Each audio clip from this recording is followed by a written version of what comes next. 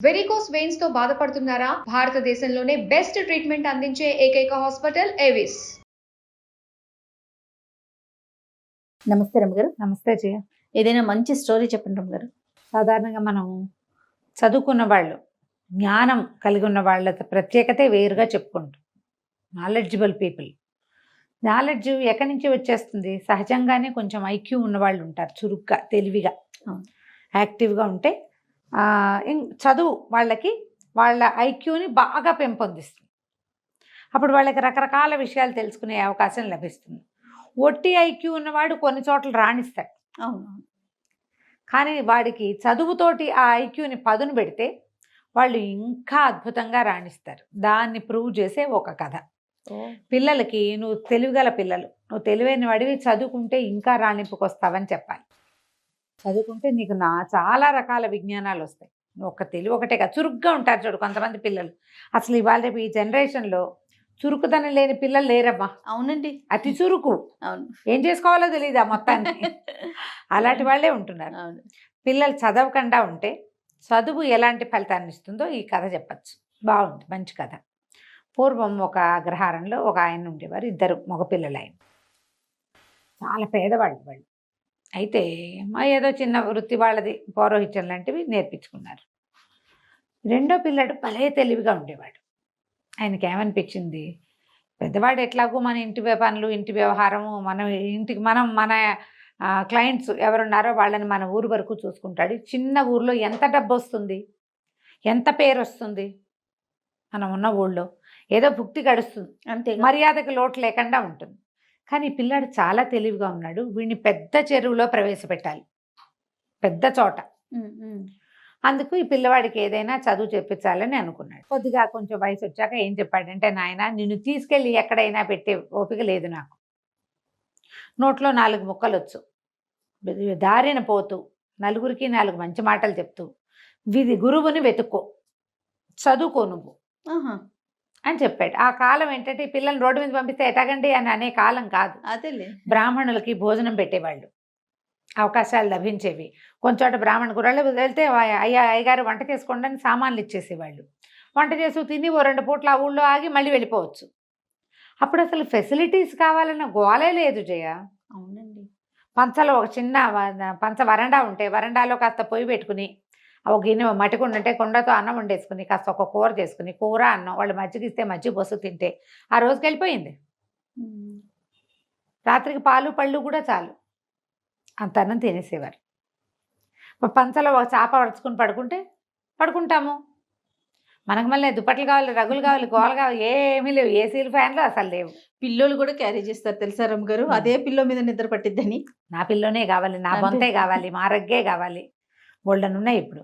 అప్పుడు జీవితాలు అట్లా ఉండేవి కాదు. ఒక విద్యార్థి 15-16 సంవత్సరాల వాడు రోడ్డు మీదకి పోయాడు ఇట్లా కట్టుబట్టలతోటి చదువుకోవటానికి. చదువుని వెతుక్కుంటూ వెళ్ళాడు. వెళ్ళగా ఒక అగ్రహారానికి చేరాడు. కాకపోతే ముందు రోజు ఎక్కడ ఆహారం లభించలే. అటగే ఎక్కడో మంచినీళ్ళ చెరువులో నీళ్ళు తాగి నడుచుకుంటూ వచ్చాడు. ఈ అగ్రహారంలోకి వచ్చేసరికల్లా ఆ పూట మంచి ఎండగా ఉంది. పిల్లాడు ఎంత 16-17 ఏళ్ళ వాడు. కొంచెం త్రాణ వచ్చేసింది వాడికి. దాహం వేసి సొమ్మసిల్లి పడిపోయేసరికల్లా ఏ ఇంటి వాకిట్లో అతను పడిపోయాడో ఆ ఇంట్లో ఉన్న ఆయన గురువుగారు లోపల నుంచి బయటకు వచ్చారు. ఎవరో ఒక గురువు, ఆ ఇల్లు ఆయనది. ఆయన బయటకు వచ్చి, అయ్యో ఎవరో పిల్లాడు పడిపోయాడు, మన వాళ్ళ పిల్లాడు అల్లేని ఉన్నాడని లేవదీసి, వీడి చెవులకు చిన్న కుట్లు ఉన్నాయి, మళ్ళీ యజ్ఞోపవీతం ఉంది, పంచధావతి బట్టలు చూస్తే కూడా తెలిసేది కదా ఆ కాలం. తీసుకొచ్చి లోపల కూర్చోబెట్టి కాసిన మంచినీళ్ళు ఇచ్చి మజ్జిగిచ్చి అన్నం పెట్టారు. పెట్టి ఏ ఊరబ్బా, ఏం గోత్రం ఏమిటి, మీరు ఏ ఊరు అని కనుక్కున్నారు. అన్ని వివరాలు చెప్పాక గురువు కోసం వెతుకుంటూ బయలుదేరానండి. 3-4 అగ్రహారాలు చూశాను, అందరూ మీ పేరే చెప్పారు, మిమ్మల్నే వెతుకుంటూ వచ్చాను. ఇక్కడికి వచ్చేసరికల్లా మీ ఇల్లు గుర్తు తెలియలా, ఈ లోపల నాకు నిద్రాన్ని వచ్చేసింది అన్నాడు. అంటే ఆయన సంతోషించి, అబ్బాయి ఇక్కడే ఉండు, నేను చదివిస్తా నిన్ను చెప్పి అట్టె పెట్టుకున్నారు. ఆ కాలం అలాంటిది.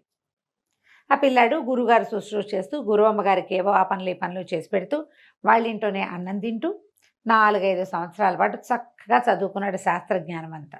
ఆయన ఏమన్నాడు, నువ్వు అన్ని విద్యలు నేర్చుకోవాలి, ఒక కోయరాజు దగ్గరికి పంపిస్తా, వాడు నీకు కొత్త విద్యలు నేర్పిస్తాడు, అంటే సరేనన్నాడు. కోయిరాజు దగ్గర అక్కడ తిండు ఇతను, పళ్ళు తేనె తీసుకుంటాడు వాళ్ళ దగ్గర నుంచి, అన్నం వండుకుని తినాలి. ఓకే. ఎలాగో గురువుగారి ఇంట్లో అలవాటే, వాళ్ళ ఇంట్లో కూడా వాడికి అలవాటే పాపం అబ్బాయికి. ఏం పేరు, జయదేవుడు అబ్బాయి పేరు. అక్కడి నుంచి ఆ కోయిరాజు దగ్గరికి వెళ్తే కోయిరాజు బాణాలు వేయటం, కత్తులు తిప్పటంతో పాటుగా దొంగతనం చేయటం, చోర విద్య, దాంట్లో మెలకువలు కూడా నేర్పించాడు. అతని దగ్గర ఉన్న విద్యలు నేర్పమన్నారు. నేర్చుకున్నాడు. నేర్చుకున్నాక సరే స్వగ్రామానికి బయలుదేరాడు. అవన్నీ ఎక్కడో ఊళ్ళు వెళ్తుంటే సరే ఒక ఊర్లో ఆగాడు. ఆగి ఒక బ్రాహ్మణ గృహస్థింట్లో మంచినీళ్ళు భోజనం కోసం అడగడానికి పోయాడు. పోయేసరికల్లా ఆవిడ ఏమైనా మంచినీళ్ళు మజ్జిగ ఇచ్చి, ఎక్కడి నుంచి నాయన, ఏ ఊరు ఏమిటి అంటే, చిన్నప్పుడే బయటకు వచ్చానండి, అక్కడ చదువుకున్నాను హరిశర్మ గారి దగ్గర, తర్వాత ఏమో ఇట్లా కోయిరాజు దగ్గర రకరకాల విద్యలు నేర్చుకున్నాను, ఇక నేను రాజోద్యోగం చేయగలిగే సత్తా వచ్చింది, ఎక్కడైనా ఉద్యోగం దొరికితే చూసుకుంటా, ముందు మా వాళ్ళని చూద్దామని బయలుదేరానంటే, ఏమిటో నీ విద్యలన్నీ వింటుంటే వింతగా ఉంది, ఇప్పుడు మా ఇంటికి ఎవరు వచ్చారో చెప్పు, చాలా చదువుకున్నావు కదా, ఊహించు, మా ఇంట్లో ఏం జరిగింది, మా ఇంటికి ఇంతకుముందు ఎవరో వచ్చారు, ఎవరు వచ్చారో నువ్వు ఊహించి చెప్పగలవా, మా వాకిట్లో ఏం జరిగిందో ఆలోచించి ఐక్యూ తోటి, మనం ఒక సినిమాలో చూసాం, వాడు ఊహించి చెప్పేస్తాడు బ్యాంక్ రాబరీ జరుగుతోందని. అవునండి, ఇలాంటి కథలే దానికి ఆధారం. ఏ అబ్బాయి ఏం చెప్పాడంటే, బయటకు వాకిట్లోకి వెళ్ళొచ్చాడు, లోపలికి వచ్చాడు, ఇంటికి ఎవరో నలుగురు వచ్చారు, బహుశా రాజోద్యోగులు అయి ఉండొచ్చు, సైనికులు అయ్యి ఉండొచ్చు. తర్వాత ఈ రోడ్డు మీద ఒకడు నడిచి వెళ్ళాడు, వాడి నెత్తి మీద ఒక బొగ్గల బస్తా ఉంది. ఏం బస్తా? బొగ్గల బస్తా ఉంటే ఆయన ఆశ్చర్యపోయాడు. ఊరిని భలే కనిపెట్టాబోయ్, నిజంగానే మా ఇంటికి సైనికులు వచ్చారు, నలుగురు సైనికులు వచ్చారు. దేవాలయం దగ్గర ఒక మణి పోయింది, ఆ మణిని వెతుక్కుంటూ వచ్చారు, ఒక్కొక్క ఇంట్లోనూ వాళ్ళు వాకప్ చేసుకుంటూ వెళ్తున్నారు.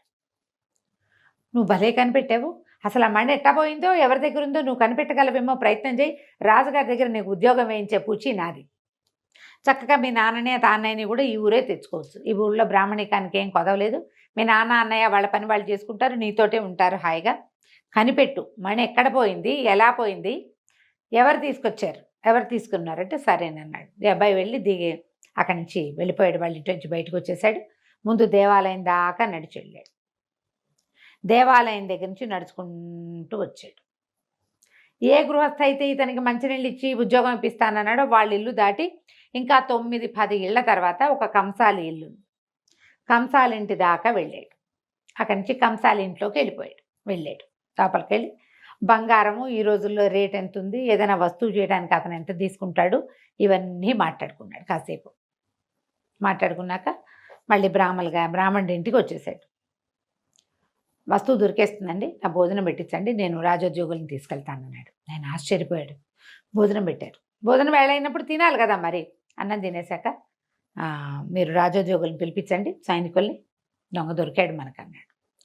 అనేసరికి సరే 4 సైనికుల్ని గుడి దగ్గర ఉన్న వాళ్ళని కేకేసుకురమ్మని కుర్రాన్ని పంపించాడు. ఆయన పాలేరెళ్ళి సైనికుల్ని పిలిచాడు. మా అయ్యగారు ఏదో చెప్తామని రమ్మన్నారంటే 4 సైనికులు వచ్చారు. వస్తే వాళ్ళు మాట్లాడుకున్నారు. జయదేవుడు అన్నాడు, దీని తర్వాత 9 ఏళ్ళ తర్వాత కంసాలి వెళ్ళింది కదా, కంసాలేనండి దొంగ అన్నాడు. ఈ రాజోద్యోగులు వీళ్ళు సైనికులు అన్నారు, అటగాదు బాబు, అందరి ఇల్లు సోదా చేసాం, ఇప్పుడు నువ్వున్న ఇల్లు సోదా చేసినట్టే కంసాలి ఇల్లు కూడా సోదా చేశాము, వాళ్ళ ఇంట్లో ఎక్కడా కనపడలేదు, అన్ని పెట్లు గిట్లు అన్నీ చూసాం అనేసరికి నాతో పదండి నేను చూపిస్తా అన్నాడు. ఈ బ్రాహ్మణాయన ఏ ఇల్లు అయితే ఆశ్రయం ఇచ్చారు ఇంట్లో వాళ్ళు కూడా బయలుదేరారు. సరే అందరూ కలిసి లోపలికి వెళ్ళారు.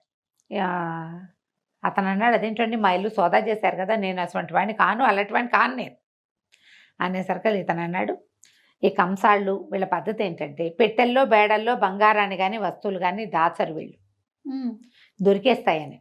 ఇప్పుడు కంసాల ఇంట్లో ఎప్పుడు బంగారం ఉంటుంది, దొంగలు పడరు. వాళ్ళు ఏం చేస్తారంటే చిన్న చిన్న గోడకి కంతల్లో పెట్టి మూస్తారు. కొత్తగా అలిగిన గోడ ఎక్కడుందో వెతకండి ముందన్నాడు. మట్టి గోడ అది. ఇప్పుడు రోజు అలకరు కదా, కొన్ని చోట ఇట్లా ప్యాచ్లు కనపడతాయి, ఆ ప్యాచ్ ఉన్న చోట తడి ముట్టుకుని చూసి ఇదిగో తడిగా ఉంది ఇక్కడే అంటే అక్కడ తవ్వేసరికి దాన్ని ఇట్లా కొట్టేసరికి మణి బయటపడింది. వాళ్ళు ఆశ్చర్యపోయారు, ఈ బ్రాహ్మణ ఆయన ఆశ్చర్యపోయాడు, ఆ గృహస్థు కూడా. మణి తీసుకున్నారు, కంసాలని పట్టేశారు. పట్టేశాక బయటకు వచ్చాక ఆయన అడిగాడు, ఎట కనిపెట్టావయ్యా అని. దాందేముందండి, దేవాలయం దగ్గర మణిపోయింది, దేవాలయం దగ్గర ఎక్కడ మణిపోయిందని మీ వాళ్ళు చెప్తున్నారు, మణి మిస్ అయిందని. అక్కడ ఒక చిటికెడు బొగ్గు పొడి రాలి ఉంది. ఆ తర్వాత దారంతా బొగ్గు పొడి రాలింది. ప్రతి చోట వాడు బ్యాగులోంచి రాలుతూ ఉందంటే ఆ దారిని వెళ్తున్నాడు. తర్వాత ఎక్కడైతే బొగ్గుపడి రాలి ఉందో అక్కడ అడుగులు నిదానంగా వేసినట్టు, మధ్యలో ఒక్క అడుగు వెనక్కి వేసినట్టు కనపడుతుంది. తను ఎవరినైనా వెంబడిస్తున్నారేమోనని వెనక్కి తిరిగి చూశాడు ఆ బొగ్గులు బస్తా పట్టుకున్నవాడు. నేను కంసాల వాళ్ళ ఇంట్లోకి వెళ్ళినప్పుడు వాళ్ళ వాకిట్లోకి, ఇప్పుడు రోడ్డు మీద కాకుండా వాళ్ళ వాకిట్లో కూడా బొగ్గుపడి వెళ్ళింది. వాళ్ళ ఇల్లంతా పరిశీలిస్తే ఒక మూల బొగ్గుల బస్తా కనపడింది. ఖచ్చితంగా అతను తెచ్చి ఉండాలి. అతను ఏం చేశాడు, మణి ఎక్కడ దొరికింది, దొరకగానే మణి చేత్తో పుచ్చుకొచ్చినా జేబులో వేసుకొచ్చినా అంతది తెలిసిపోతుంది. అందుకని ఏం చేశాడు, ఒక బొగ్గుల బస్తా కొనుక్కొచ్చుకొని అక్కడ పెట్టి బొగ్గుల బస్తాలో దాన్ని వేసేసాడు. బొగ్గుల బస్తా మోసుకుంటూ వచ్చాడు. వచ్చిన తర్వాత అడుగడుక్కి ప్రతి 10 అడుగులకి ఓసారి వెనక్కి తిరిగి చూసుకుంటున్నాడు. వెనక్కి తిరిగి చూడాలంటే ఇటా తిరగలేదు, నెత్తి మీద బస్తా ఉంది కదా, ఒక అడుగు వెనక్కి వేస్తే కదా వెనక్కి తిరగాలట్టు. అవును, మనిషి పూర్తిగా సగపడైనా తిరిగితే గానీ కనపడదు అవతల భాగం. అంతేగా. బస్తా ఉన్నవాడు ఎట్టా మనకు మళ్ళీ ఇటా చూస్తాడు, చూడలేకపోతాడు కదా.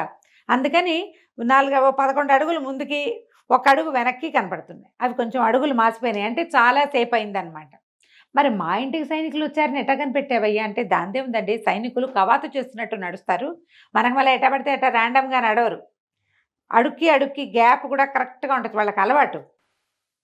4 రోళ్ళు 8 జతలు, అది కూడా సేమ్ గ్యాపులతోటి. కాబట్టి ఖచ్చితంగా వాళ్ళు సైనికులు అయి ఉంటారని ఊహించాను. వాళ్ళు మీ ఇంట్లోకి వచ్చారు, వాళ్ళ మీ వాకిట్లో మట్టి మీద కూడా సేమ్ అడుగులు ఇవి కనపడుతున్నాయి. వాళ్ళు మీ ఇంట్లోకి వచ్చారు, వచ్చింది రాజ సైనికులు అని తెలిసింది.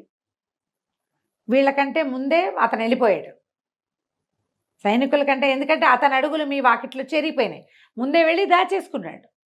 కంసాలు కాబట్టి ఖచ్చితంగా బంగారాన్ని పూడ్చినట్టుగానే దీన్ని పూడ్చిపెట్టాడు. ఆ బస్తా ఎక్కడికి వెళ్ళిందో అక్కడే మణి ఉంటుందని నేను ఊహించాను. వాళ్ళ ఇంట్లోకి వెళ్ళినప్పుడు అంతా పరిశీలించి తెలుసుకున్నాను అన్నాడు. ఆయన చాలా ఆశ్చర్యపడి, ఎంత బ్రెయిను, వీడికి ఎంత విజ్ఞానం ఉండాలి, అంతే కదా. ఒట్టి ఐక్యూ ఉంటే సరిపోతుందా? తెలివి ఒకటే కాదు, జ్ఞానం కూడా కావాలి. ఆ జ్ఞానం వీడికి చదువు వల్ల పెరిగింది. ఆయన రాజుగారి దగ్గరికి తను తీసుకెళ్ళాడు జయదేవుడిని. మాకు తెలిసిన వాళ్ళ అబ్బాయి, వీడు చాలా తెలివైన వాడు, హరిశర్మ గారి దగ్గర చదువుకున్నాడు, తనకి రాని విద్య లేదు, మీ దగ్గర మంత్రిగా ఉంచుకోండి అని చెప్పి రాజుగారికి సిఫారసు చేసి జయదేవుడిని మంత్రిని చేశారు. తర్వాత వాళ్ళ అన్నయ్యని వాళ్ళని తెచ్చుకున్నాడు. నిజంగానే ఆ మణి చక్కగా ఎలా పోయిందో అలాగే 3-4 గంటల వ్యవధిలో చక్కగా దొరికేసింది. కథ కంచికి మనం ఇంటికి.